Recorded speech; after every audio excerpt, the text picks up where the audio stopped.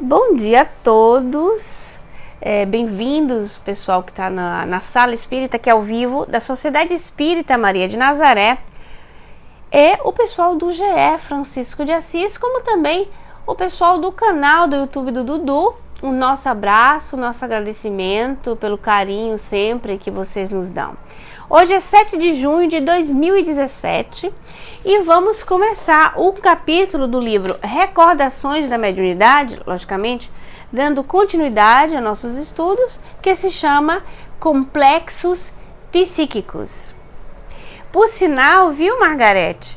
Eu tenho uma notinha no livro escrito por mim, talvez uns 6 anos atrás, e botei escrito assim, olha que curioso, capítulo que fala do método de ajuda que os espíritos têm. É porque é muito curioso. O método é um método de assistência e nós vamos compreender quando adentrarmos, não é, nessa viagem, porque vocês não serão os mesmos depois desses 2 capítulos. Seja um amigo ignorado, eu tenho certeza que o capítulo Amigo Ignorado tocou profundamente a muitos de vocês. E esse capítulo, Complexos Psíquicos, vocês vão ver como é curiosa a coisa. Vamos lá.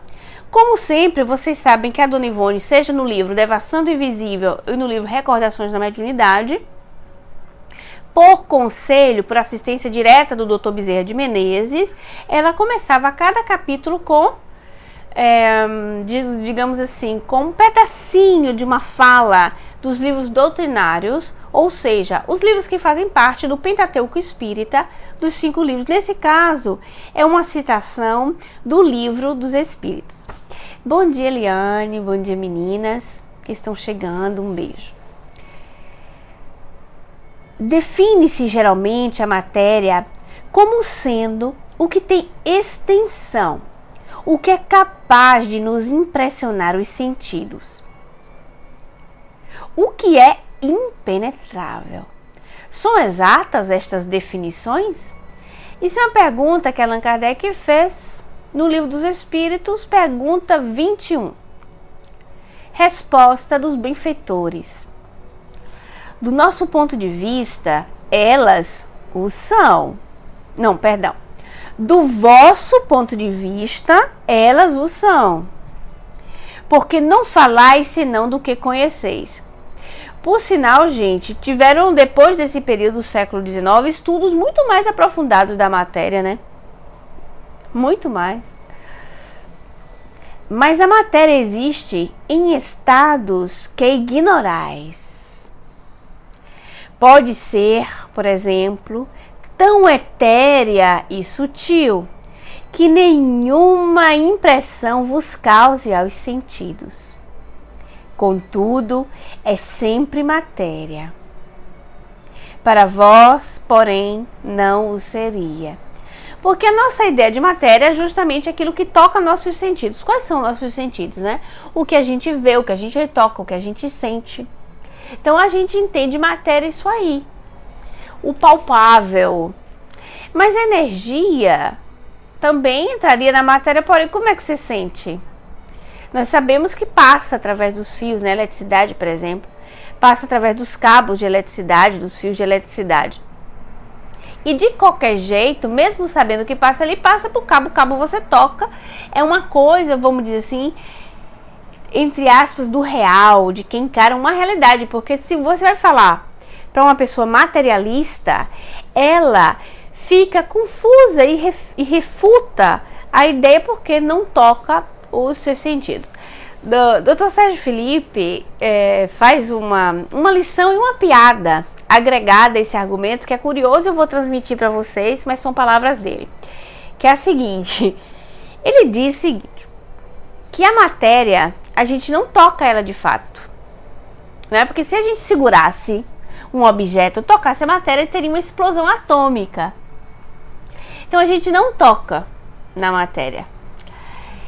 A mais, a gente não vê as coisas.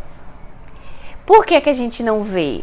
Para poder a gente ver, ela precisa de luz. Se não existisse a luz, nós não veríamos essas mesmas coisas. Então a gente vê porque a luz ilumina. Tá? Isso assim, um resumo bem simples, com a linguagem bem simples. Aí ele diz assim, é uma forma irônica, divertida de falar do argumento, e ele diz que precisa-se de muita fé para ser materialista, porque ele acredita numa coisa que não se toca e uma coisa que não se vê. Então é curioso, né, essa visão. Então os espíritos dizem, olha, porém, contudo é sempre matéria, para vós, porém, não seria, que para nós encarnados, vivendo nesse mundo, nessa dimensão, essa matéria no qual Kardec vem a chamar, através dos espíritos, de quintessenciada. Eu digo assim devagarzinho porque é uma palavra difícil de sair da minha boca. Eu falo assim.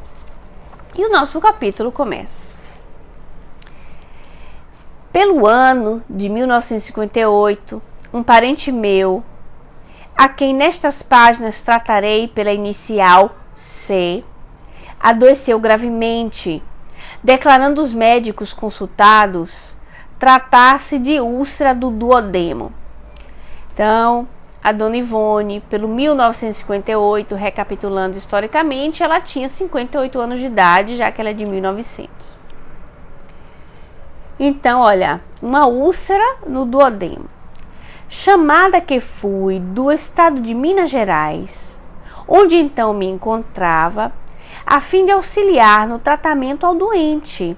Logo de início, constatei, por minha vez, que além da enfermidade física, muito bem diagnosticada pelos médicos, existiam ainda, na pessoa de C, as influências psíquicas deletérias de duas entidades desencarnadas sofredoras, agravando-lhe o mal, as quais eu distinguia facilmente, através da vidência, detendo-se de preferência no próprio aposento particular de C.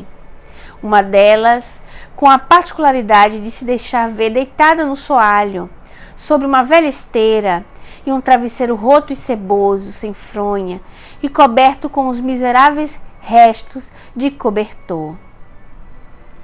Então, por partes, vamos lá. O parente da dona Ivone, dito C, teve um problema de saúde e que era diagnosticado muito bem. Ele tinha mesmo a úlcera no duodeno. Porém, além daquela doença que abatia profundamente o parente da dona Ivone, o senhor C, ele sofria influências espirituais de duas entidades. Através da vidência, a dona Ivone percebeu.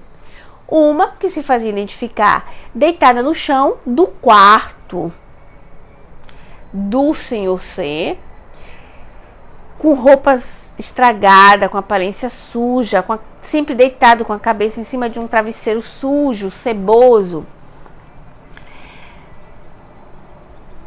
Tratava-se a segunda entidade do espírito suicida de um primo de C, por nome de Adão, o qual ingerira formicida 2 anos antes.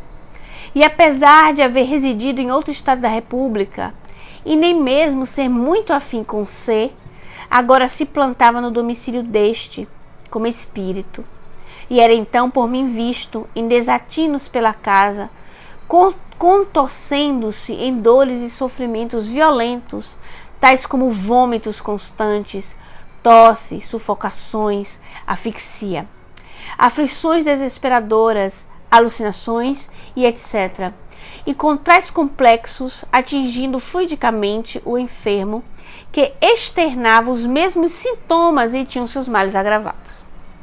A primeira entidade e a segunda entidade, que era um primo do parente do senhor C, suicida, e que tinha ingerido formicida. Olha que coisa curiosa, apesar de não ter tido, não era um parente muito afim, deve ter existido algum fator que uniu, né? Com certeza. Ela percebia, andando pela casa, naquele desespero, né? Que nós já sabemos. Eu acho tão interessante assim, esse início desse estudo, gente, que seria curioso fazer esse trecho italiano. Seria muito interessante essa experiência dela, não é? Essas experiências da Dona Ivone, de lembrança da prática da mediunidade, da vivência dela, eu acho que seria de um enriquecimento muito grande. Seja como for, eram duas entidades muito pesadas, correndo pelo ambiente da casa, e aquele primo suicida agravava, gente, o estado de saúde do senhor C. Ok. Quando nós ingerimos uma substância tóxica, nós vamos agravar nosso aparelho digestivo, correto? Tanto é que o espírito aparecia para Dona Ivone em momentos de loucura, ele no seu desespero, com vômitos constantes, num sofrimento atroz. Vocês são de acordo que o duodemo se encontra no aparelho digestivo? Faz parte do aparelho digestivo, não é verdade? E aquela sintonia com aquela entidade agravava o problema do senhor C. Ou seja, já não bastava o problema dele sozinho, ele absorvia a somatória das dores do suicida e a coisa ficava numa dimensão insuportável. Vocês imaginem que situação? Olha a riqueza desse trabalho, desse capítulo. Surpresas virão. Vamos lá.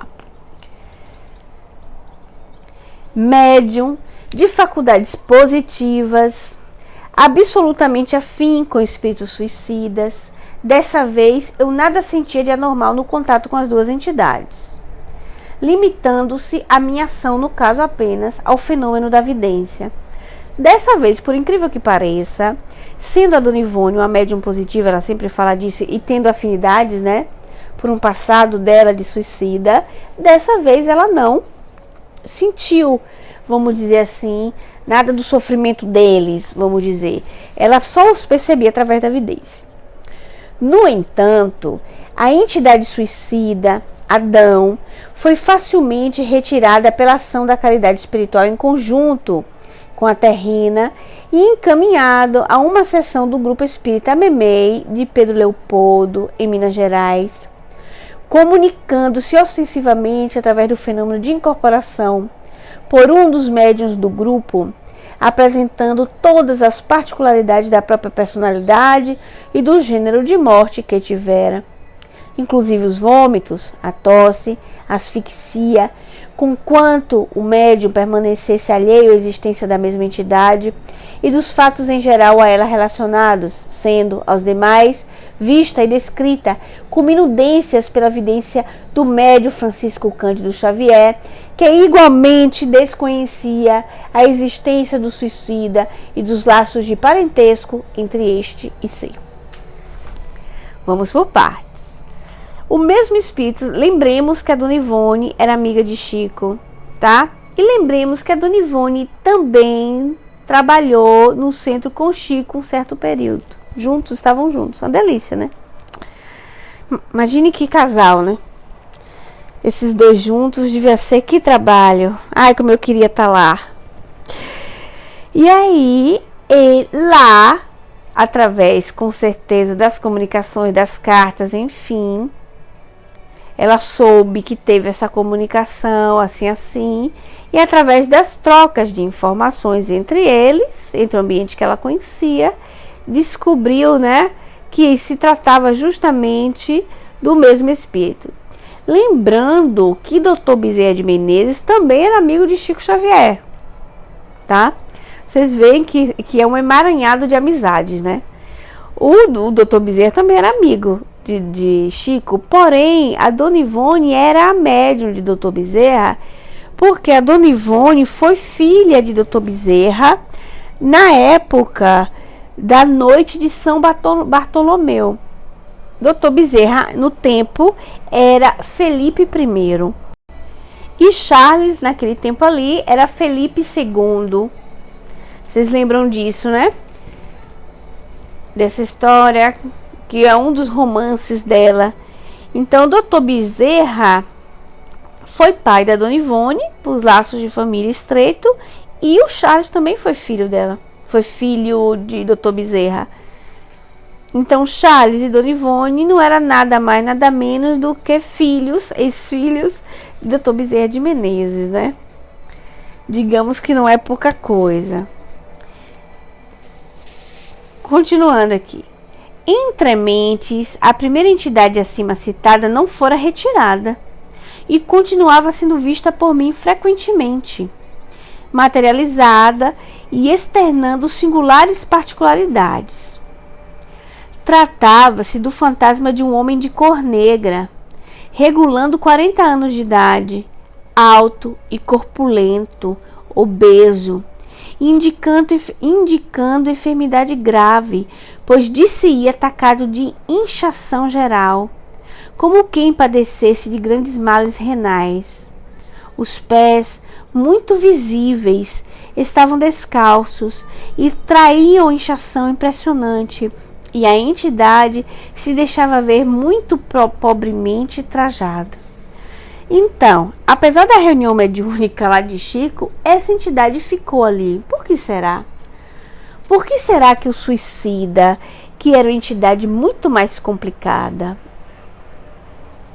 em questão de sofrimento, de sintonias, foi retirada, ajudada, e aquela entidade no qual a Dona Ivone descreveu aqui para nós, não permanecia.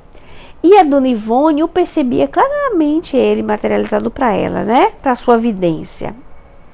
Com detalhes, inclusive a estrutura do corpo, os pés, que é uma coisa muito curiosa em certas materializações, porque normalmente os espíritos com seus artes inferiores, eles não aparecem.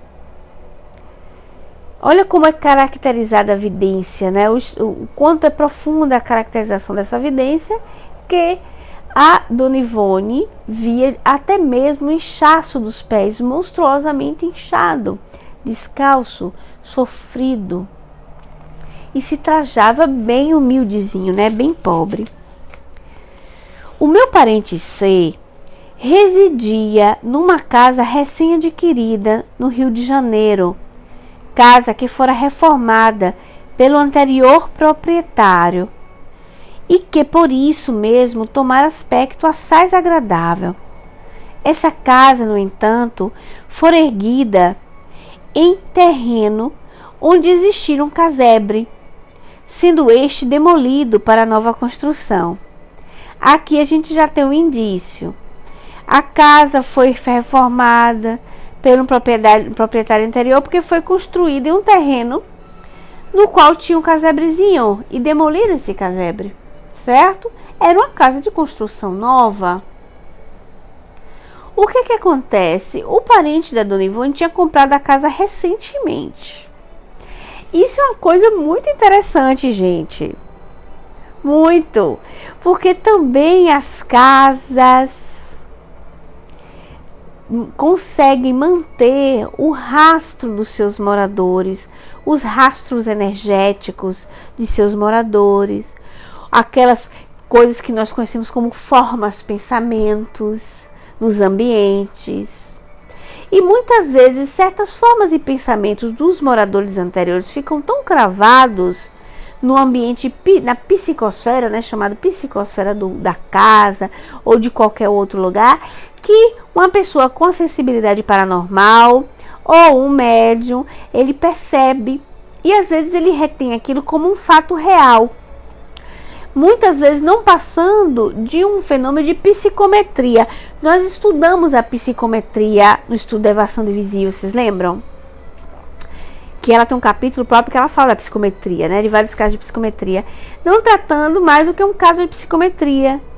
E às vezes não é uma psicometria, mas é mesmo um ambiente espiritual. Uma vivência espiritual. O que é interessante disso tudo? Porque estudando isso, nós criamos uma distinção dos fatos, não é verdade?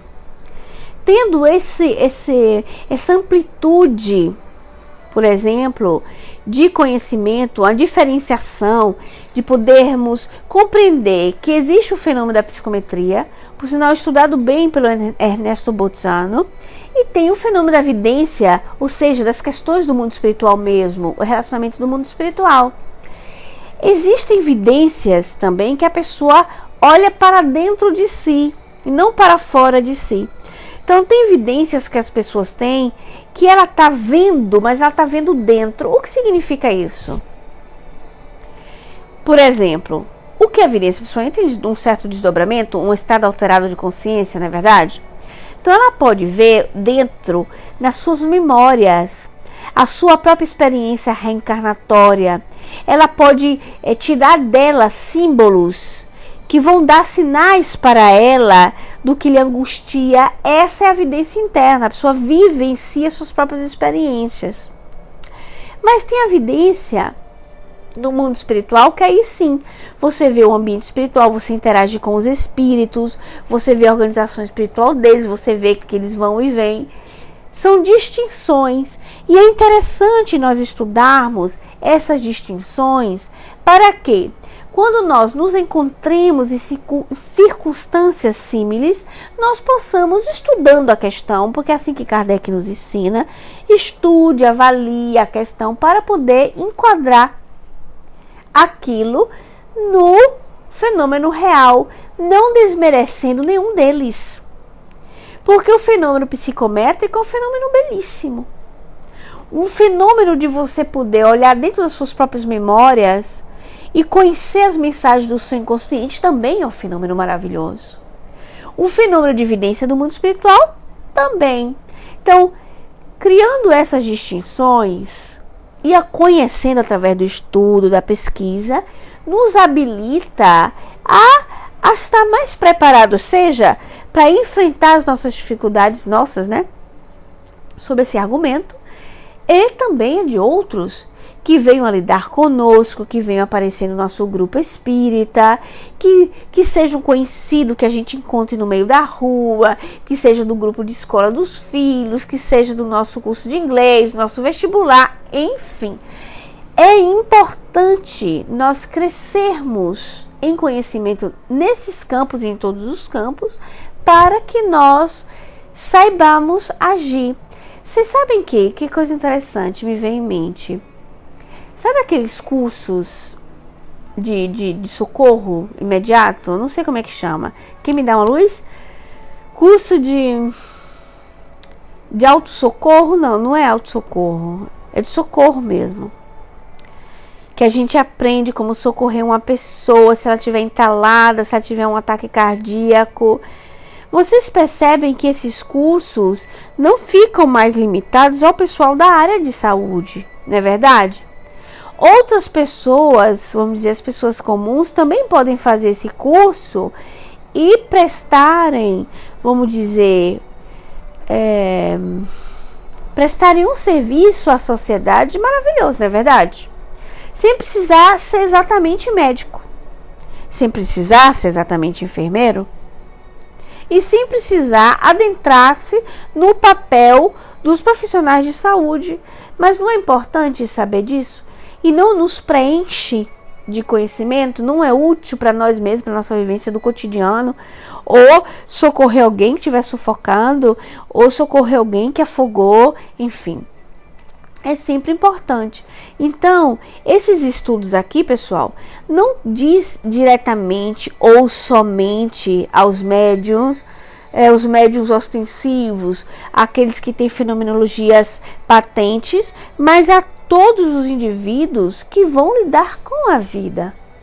Porque é interessante, uma amiga nossa um dia me contou um certo fato, que viu que tocou no objeto, que viu cenas, que sentiu, que teve sentimentos, né? Eu falei, fenômeno psicométrico.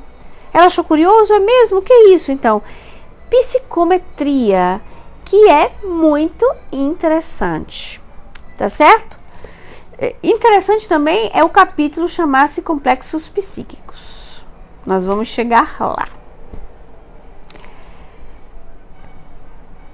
A Cal diz ali pra gente, sim, a gente que trabalha com criança na escola, E a gente que trabalha com idoso, lógico, faz essa experiência, a pessoa vai adquirindo uma certa cultura, uma inteligência intelectual e uma inteligência emocional, né?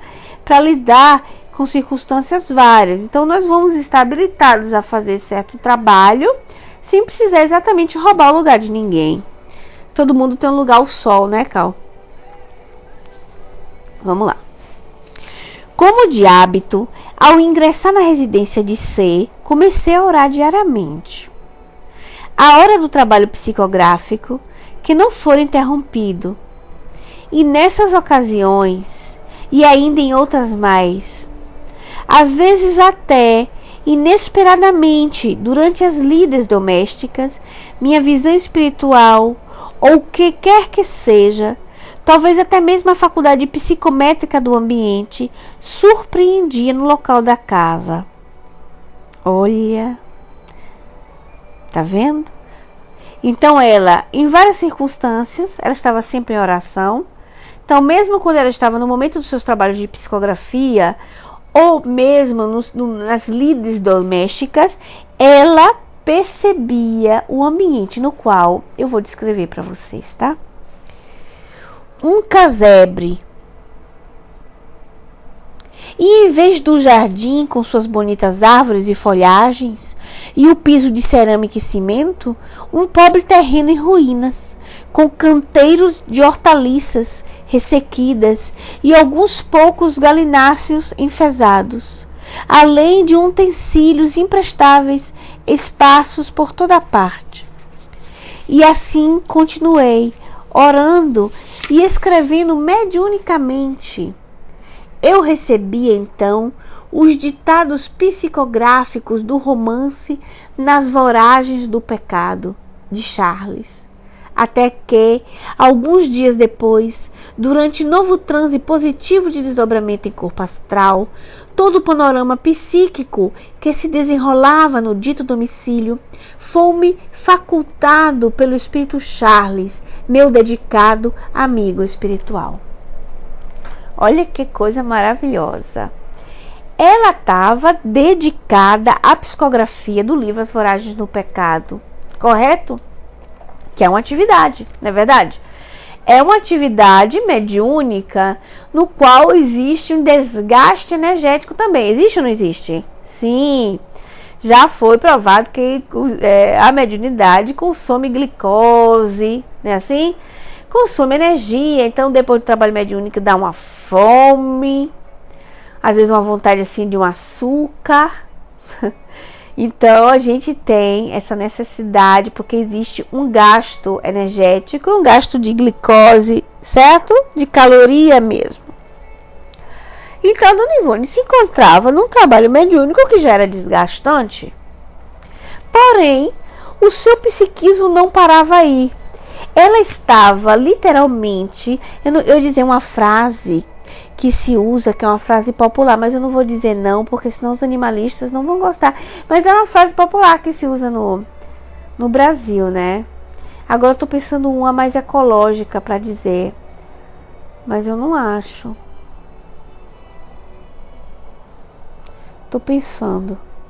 Achei. Seria... Ai, gente, eu dou risada comigo mesmo. Seria num boliche com uma bola só, você derrubar todos os birilos. Se chama birilo, Cláudia? Ou birilo italiano? Strike com uma bola só. Mas só que eu vou dizer aquilo que eu queria dizer, porque eu não resisto. Ai, Cláudia ri, porque Cláudia, esse espírito missionário que me suporta. Cláudia não se chama garrafa, em português não é garrafa. Não, eu rejeito essa coisa. Como é? Birila garrafa? Gente, eu já joguei boliche. Aí, ó, a Márcia me salvou. Que isso, Cláudia? Você como tradução do italiano para o português, viu? Pelo amor de Deus. Então, gente, a Márcia disse ali pra gente, pino. Ok, então com uma bola só, derrubar todos os pinos. Vocês lembram que eu já falei várias vezes que a espiritualidade não dá um ponto sem nó? Não dá. Gente, não dá. Se os espíritos benfeitores se colocarem para ajudar vocês podem ter certeza que eles vão fazer um belo bordado de ponto cruz. Não dá um ponto sem nó. Eles vão fazer toda uma trama. Não peçam ajuda por uma pessoa achando que quem você não gosta não recebe ajuda, porque não funciona assim. Você gostou, né, Cláudia? Isso foi uma homenagem a você. Toda ajuda espiritual é ampla. Eu já disse várias vezes aqui para vocês, e eu tendo a chamar isso de ajuda bilateral. Porque os espíritos mais simples, os espíritos da sociedade mais simples do mundo espiritual, né? Eles são partidaristas. Ele gosta da Margarete, então ele vai tomar as dores da Margarete. Então ele ajuda a Margarete tudo, mas ele vai ficar chateado com fulaninha. Então se disser, ô fulano, ajude fulaninha, você é tão amigo da Margarete, ele vai dizer, ah não, pelo amor de Deus, me peça qualquer coisa para Margarete, agora para fulaninha não. Entendem? É a evolução do espírito e a capacidade de entendimento. Os espíritos benfeitores não. Os espíritos benfeitores entram em jogo para ajudar Margarete, fulaninha, periquito, papagaio, o gatinho, a vizinha do lado, as amigas de WhatsApp e todo o resto. É todo mundo. Então a espiritualidade não dá ponto sem nó. É por isso que uma bola só faz strike. Por quê? Porque a Dona Ivone está dedicada a um trabalho extremamente complexo, que é um trabalho de psicografia de fatos históricos, no qual ela estava incluída como personagem, uma coisa bem sofrida, gente. Situações assim bem sofridas da sua vida, no qual ela sentia ressonância, que aquilo era com ela. Vocês imaginam que situação? Ao mesmo tempo, ela estava em tratamento com outros espíritos do ambiente. Ou seja, tirando dela até o tempo de ficar com pena de si mesma. É enxugando a lágrima aqui, estendendo a mão acolá. E é por isso que eu gosto muito desses dois capítulos, porque inteligentemente um completa o outro, vocês percebam. É bem didático, porque o assunto ele é extenso. Eu tinha dito isso para vocês no último estudo. É extenso como assunto. E tá lá a Dona Ivone, psicografando Voragem do Pecado e dando assistência. Agora aquela frase lá, eu ia dizer, mas não vou dizer não, deixa pra lá. Vamos continuar. Eu faço essas coisas aqui tudo pra brincar com a Cláudia, viu, gente? Isso é tudo pra zoar com a Cláudia. Vamos lá. Isso porque ela já sabe o que eu pensei. Né, Cal? Você já sabe, não sabe? Mas eu vou dar adiantamento. Depois você me diz no privado o que foi que eu pensei. Então ela vai aqui, ó. Depois de um certo tempo, ela sai do corpo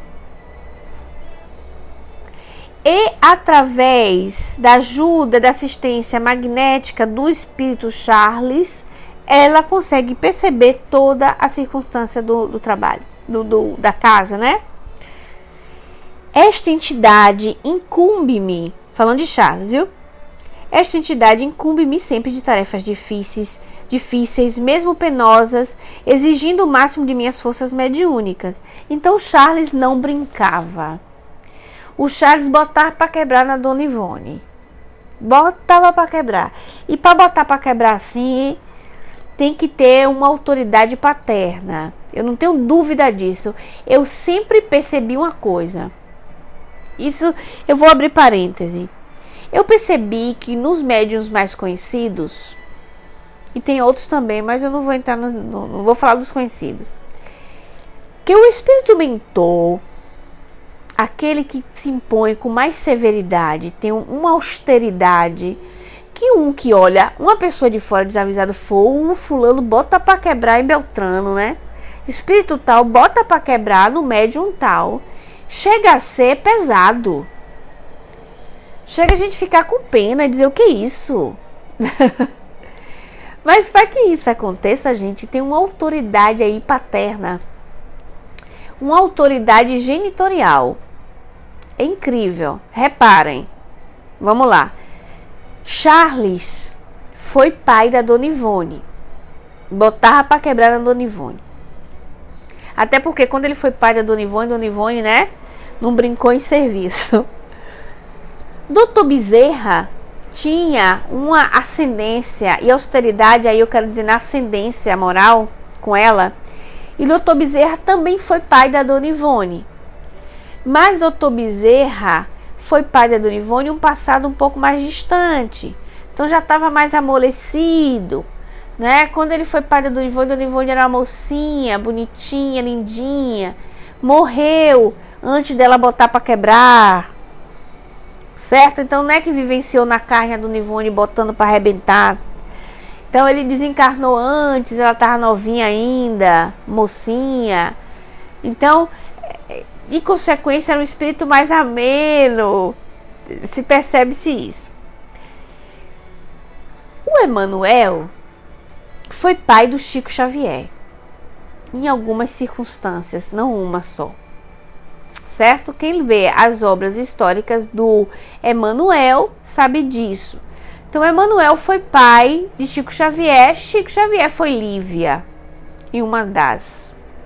E lá em 2000 anos atrás, né? Há 2000 anos, o nome do livro.